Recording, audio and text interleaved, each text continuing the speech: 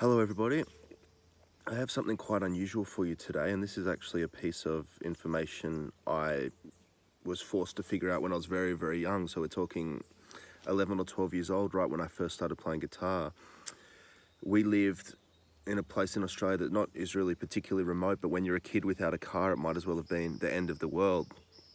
And what that meant was that if my guitar strings broke and I didn't have spares, which of course, what young kid keeps spares of anything, I would have to wait till my next guitar lesson and see my teacher, or wait till my dad would go to work and get me some, or wait till someone could take me to the shop. So as a result, if I broke a guitar string, I'd have to wait a few days till I got new strings sometimes. And of course, being a keen young guitarist, I kept playing. And what I realized then, and still believe now, is that actually playing the guitar with a missing string can be really beneficial. I broke my low E string recently, and rather than change it, which I will do shortly, of course, but I will play like this for a little bit, and I wanted to show you the concepts. Basically, the idea is that when you're missing a string, your spatial knowledge of the guitar has been kind of basically destroyed, or definitely heavily modified, and that you're forced to think in another way. So in this case, I don't have my low E string, so any chord like an E chord that would, or any bar chord that would have that note fretted, doesn't now. But as a result, I'm almost playing a guitar that's basically in the key of A, whereas usually would be in the key of E with a low E string.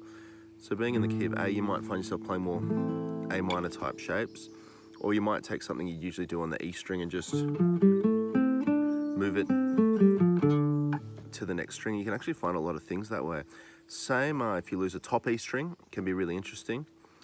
It's a lot trickier if you've broken one of your middle strings, but I still urge you to spend a day or two experimenting if you do break one of those strings, or while you're changing your strings, because the reason is that the middle strings often hold the interesting melodic notes of a chord, and when you're missing those, you might be forced into some finger twisting situations or some completely new chord voicings to make the chord. Like, say for example, you've got a missing third string, the G string, and you want to play an E chord, but the only G sharp note in that chord is on that G string, and you've lost that. So if you're without that chord, you might, for example, have to play the G sharp note at the fourth fret of the E string. Now that's still, well, that note would be broken. That's still some kind of E major chord like that. So I won't get too technical into, we're not going to get into chord position or anything like that, because I don't know what string you've broken and I don't know how advanced you are.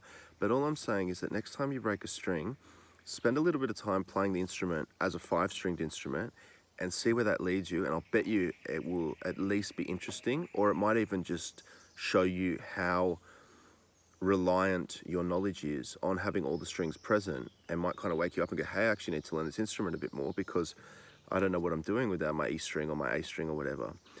Good luck, let me know how you go. Thank you.